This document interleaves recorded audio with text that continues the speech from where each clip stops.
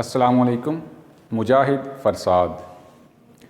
سابقہ لیکچرز میں ہم نے صنعت حسن تعلیل، لف و نشر، مراعات النظیر، صنعت تجنیس کی اقسام اور صنعت مبالغہ کی اقسام پر گفتگو کی تھی۔ آج ہم مزید 5 صنعتوں پر بات کریں گے: صنعت ایہام، صنعت ترسیع، صنعت جمع، صنعت تفریق اور صنعت تجاہل عارفانہ۔ تو پہلی صنعت ہم دیکھتے ہیں صنعت ایہام۔ صنعت ایہام کے لغوی معنی کیا ہے؟ ایہام عربی زبان کا لفظ ہے جس کے لغوی معنی ہیں وہم میں ڈالنا۔ اگر ہم اس کے اصطلاحی معنی دیکھیں تو وہ صنعت جس میں شاعر ایک ایسا لفظ استعمال کرتا ہے جس کے 2 معنی ہوتے ہیں، ایک قریب کے اور دوسرے بعید کے۔ جب ہم شعر پڑھتے ہیں تو ہمارا ذہن فوراً قریب کے معنوں کی طرف منتقل ہوتا ہے، لیکن شاعر نے اس سے بعید کے معنی مراد لیے ہوتے ہیں۔ اس کی وجہ تسمیہ کیا ہے؟ یعنی صنعت ایہام کو یہ نام کیوں دیا گیا؟ چونکہ صنعت ایہام کا جو شعر ہوتا ہے اس کو پڑھ کر قاری اور سن کر سامع وہم میں پڑ جاتا ہے کہ اس کا کون سا مفہوم متعین کروں، اس لیے اس کو ایہام کا نام دیا گیا۔ تو اب ہم اس کی مثالیں دیکھتے ہیں۔ اس کی پہلی مثال سید محمد شاکر ناجی کا شعر ہے۔ یہ وہ شاعر ہیں جنہوں نے خود کو بانی ایہام کہا تھا۔ مولوی کریم الدین اپنے تذکرے میں ذکر کرتے ہیں کہ سید محمد شاکر ناجی یہ دوسرے نمبر پر بڑے ایہام گو تھے، پہلا درجہ نجم الدین آبرو کا ہے۔ تو سید محمد شاکر ناجی ان کا شعر دیکھتے ہیں: اس کے رخسار دیکھ جیتا ہوں، عارضی میری زندگانی ہے۔ اب اگر ہم اس کا فوراً مفہوم متعین کریں، یعنی ذہن جس طرف پہلے جاتا ہے وہ یہ ہے کہ عارضی میری زندگانی ہے، یعنی میری زندگانی مختصر ہے۔ لیکن اس سے مراد یہ نہیں ہے، اس سے مراد ہے کہ اس کے رخسار دیکھ جیتا ہوں۔ عارض کا مطلب رخسار بھی ہے، تو اس عارض کے لحاظ سے شاعر نے یہاں پر عارضی کا لفظ استعمال کیا ہے، یعنی محبوب کے رخساروں سے تعلق ہے میری زندگانی کا، اس کا مطلب یہ بنتا ہے۔ دوسرا شعر ہم دیکھیں، یہ حکیم مومن خان مومن کا ہے: شب جو مسجد میں جا پھنسے مومن، رات کاٹی خدا خدا کر کے۔ اب اس میں اگر ہم یہ دیکھیں کہ فوراً ذہن کس طرف منتقل ہوتا ہے تو وہ یہ ہے کہ اللہ کا ذکر کرتے ہوئے، خدا کا ذکر کرتے ہوئے ہم نے رات کاٹی۔ لیکن شاعر کی مراد یہاں یہ نہیں ہے، بلکہ ان کی مراد یہ ہے کہ میں رات کو مسجد میں چلا گیا تو چونکہ مجھے عبادت کی عادت نہیں تھی، اس لیے مسجد میں رات گزارنا میرے لیے بہت مشکل ہو گیا، خدا خدا کر کے، یعنی بہت مشکل سے۔ اس کے بعد ہم دیکھتے ہیں صنعت ترسیع۔ ترسیع بھی عربی زبان کا لفظ ہے جس کے لغوی معنی ہیں تزئین، ترتیب اور نگینہ کاری۔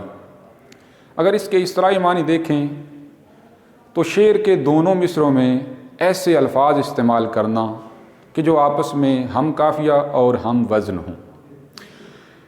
کچھ علم بدیع کے ماہرین نے اس کے لیے قافیہ اور وزن دونوں کی شرط لگائی ہے، لیکن کچھ ماہرین کا کہنا ہے کہ صرف ہم وزن الفاظ بھی ہوں جو آپس میں مقابلے میں ہوں تو بھی اسے صنعت ترسیع کہا جائے گا۔ اب ہم اس کی مثالیں دیکھتے ہیں۔ پہلی مثال: وحید یگانہ ریاضت میں تھے، جنید زمانہ عبادت میں تھے۔ یعنی وحید، جنید، یگانہ، زمانہ، ریاضت، عبادت، یہ آپس میں ہم قافیہ ہیں اور ہم وزن بھی ہیں۔ لیکن اگر دوسرے ماہرین کی بات سنیں تو یہ شعر بھی صنعت ترسیع کا بنتا ہے، لیکن آپس میں ہم قافیہ نہیں ہے، اس میں صرف وزن پایا جاتا ہے، ہم وزن۔ یعنی جتنے لفظ پہلے مصرے میں ہوں گے اتنے ہی لفظ دوسرے مصرے میں ہوں گے اور وہ آپس میں ہم وزن ہوں گے۔ جیسے میں تیرا بندہ ہوں عاجز، تو میرا مالک ہے قادر، یعنی میں اور تو یہ دونوں ہم وزن ہیں لیکن ہم قافیہ نہیں ہیں۔ تیرا میرا، یہ یہاں پر تو ہم قافیہ بھی بن رہے ہیں لیکن یہ صرف مثال برحال ہم وزن ہونے کی ہے، بندہ مالک، اب ان دونوں کا وزن بالکل برابر ہے، جو علم عروض کو جانتے ہیں وہ ذرا جلدی سمجھ جائیں گے۔ ہوں ہے، ان کا بھی وزن ایک ہے لیکن یہ آپس میں ہم کافیہ نہیں ہیں۔ عاجز قادر، ان دونوں کا بھی وزن ایک جیسا ہے لیکن یہ ہم کافیہ نہیں ہیں۔ تو یہ دونوں مثالیں ذہن میں رکھیں، زیادہ تر پیپر میں یہی مثال آتی ہے لیکن بہرحال یہ بھی آ سکتی ہے، اس لیے ان دونوں پر نظر رکھیں۔ اب ہم دیکھتے ہیں صنعت جمع۔ صنعت جمع کیا ہے؟ اس میں چند چیزوں کو جمع کیا جاتا ہے، پھر ان کو کسی خصوصیت کے تحت ایک حکم یا ایک بات کے لحاظ سے ان کا ذکر کر دیا جاتا ہے، یعنی ان کو ایک حکم کے تحت لایا جاتا ہے۔ مثلا بوئے گل نالائے دل دودے چراغ محفل، جو تیری بزم سے نکلا سو پریشان نکلا۔ اب اس میں بوئے گل، نالائے دل، دودے چراغ، یہ تین چیزیں ہیں۔ پھول کی خوشبو، دل کی آہیں اور چراغ کا دھواں، یہ اگر یہ بھی تیری محفل سے نکلیں تو پریشان ہو جاتے ہیں، یعنی ان تین چیزوں کو پریشانی کے تحت لایا گیا ہے۔ بوئے گل بھی، نالہ دل بھی اور دودے چراغ بھی، یہ تینوں پریشانی کے تحت آتے ہیں۔ تو یہ تینوں جمع کر کے ایک ہی حکم کے تحت، ایک ہی بات کے تحت لائے جائیں تو اسے صنعت جمع کہتے ہیں۔ اس کی دوسری مثال یہ غالب کا شعر ہے اور یہ میر کا ہے۔ ہم ہوئے تم ہوئے کہ میر ہوئے، اس کی زلفوں کے سب اسیر ہوئے۔